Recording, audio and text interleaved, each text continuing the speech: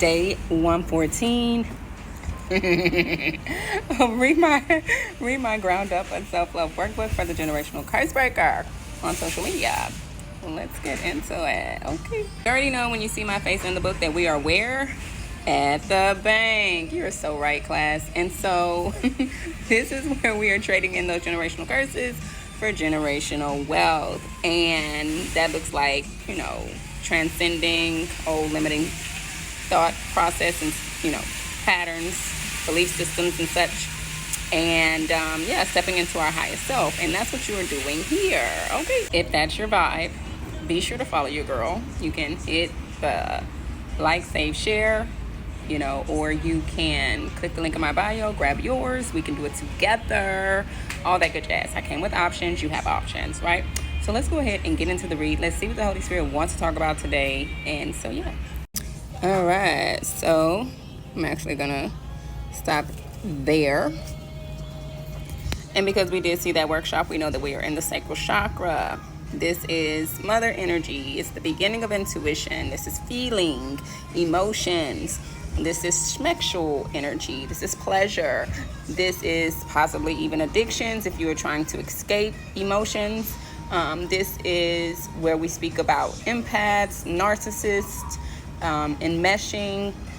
Obviously, because this is mother energy, this is like you acknowledging the first matrix you entered, earth side, right? Mother energy. This is womb. This is birthing new realities, the ability to birth new realities.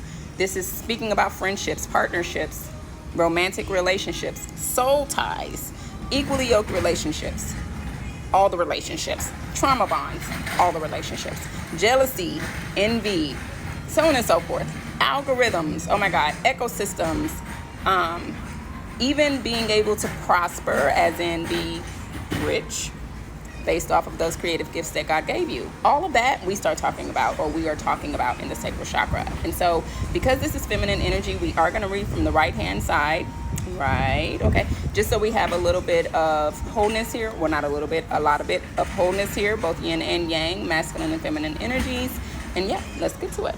So I'm actually going to do something different. We're going to take the first paragraph, which is actually starting here on the left-hand side. So it says, if we begin to think of sexual energy as currency, which it is, we might be more discerning about how we spend it.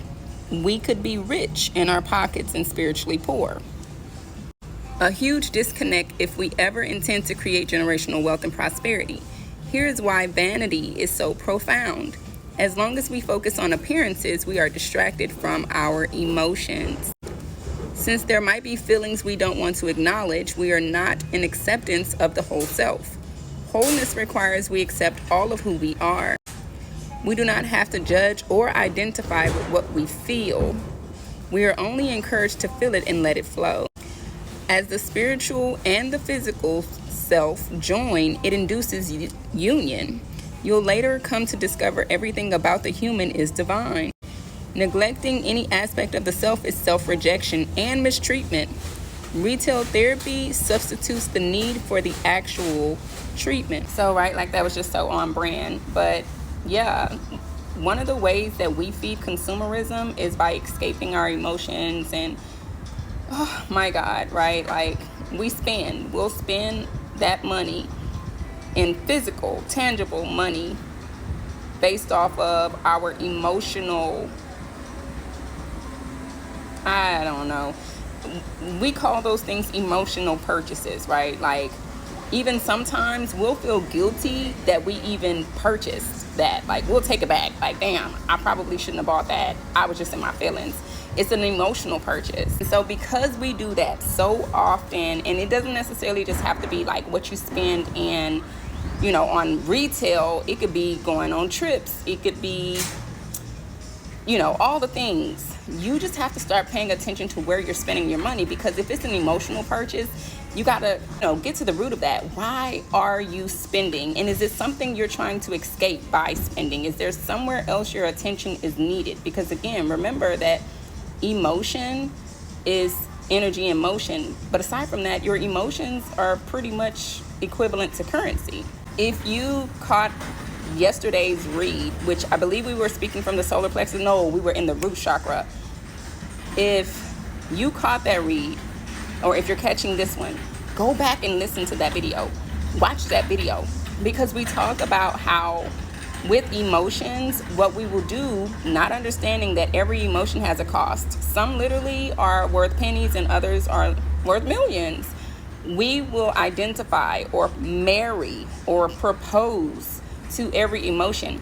And I see emotions as women. That's the reason why I use that analogy. But not every emotion wants to be married to. Let's just be clear. Like emotion, aka women. Some women just want to be seen. You feel me? Some women just want to be on your arm. They want to be trophies. I'm going to use, since Love Island is so popular right now, I'm going to use, what's her name? Andriana, I think is how you say her name, as an example. Beautiful woman. Beautiful woman. But the census has been that she has no personality. You know what I'm saying? So she's just a shell. She's just, it's something to look at. But cuckoo, you know? So if there isn't any substance there, you're just looking at a shell of a person who hasn't explored themselves, so they have no personality. And that's essentially like the emotion that's, no shade, Andriana, because I don't know you like that, but that's like the emotion that costs pennies.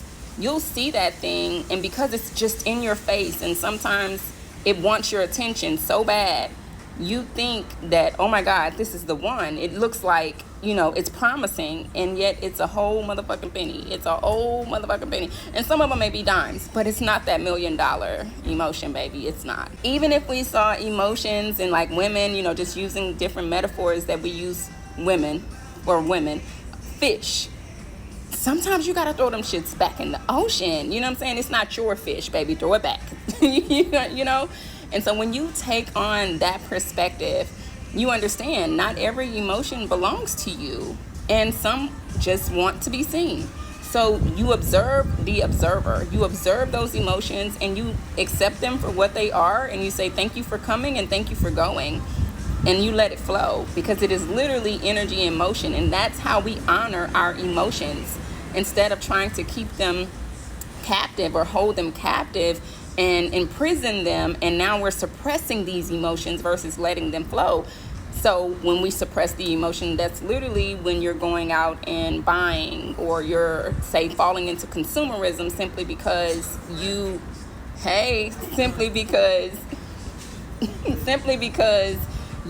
are looking to escape whatever reality that emotion you feel could take you into. Let's also consider that too at times, because like I said, you'll have that emotion that's like rah rah rah, it's in your face.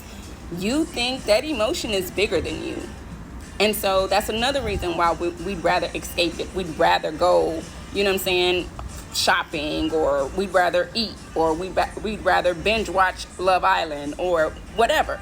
It's because you feel like the emotion is bigger than you. You feel like I can't, or I don't have the capacity to hold space for this emotion.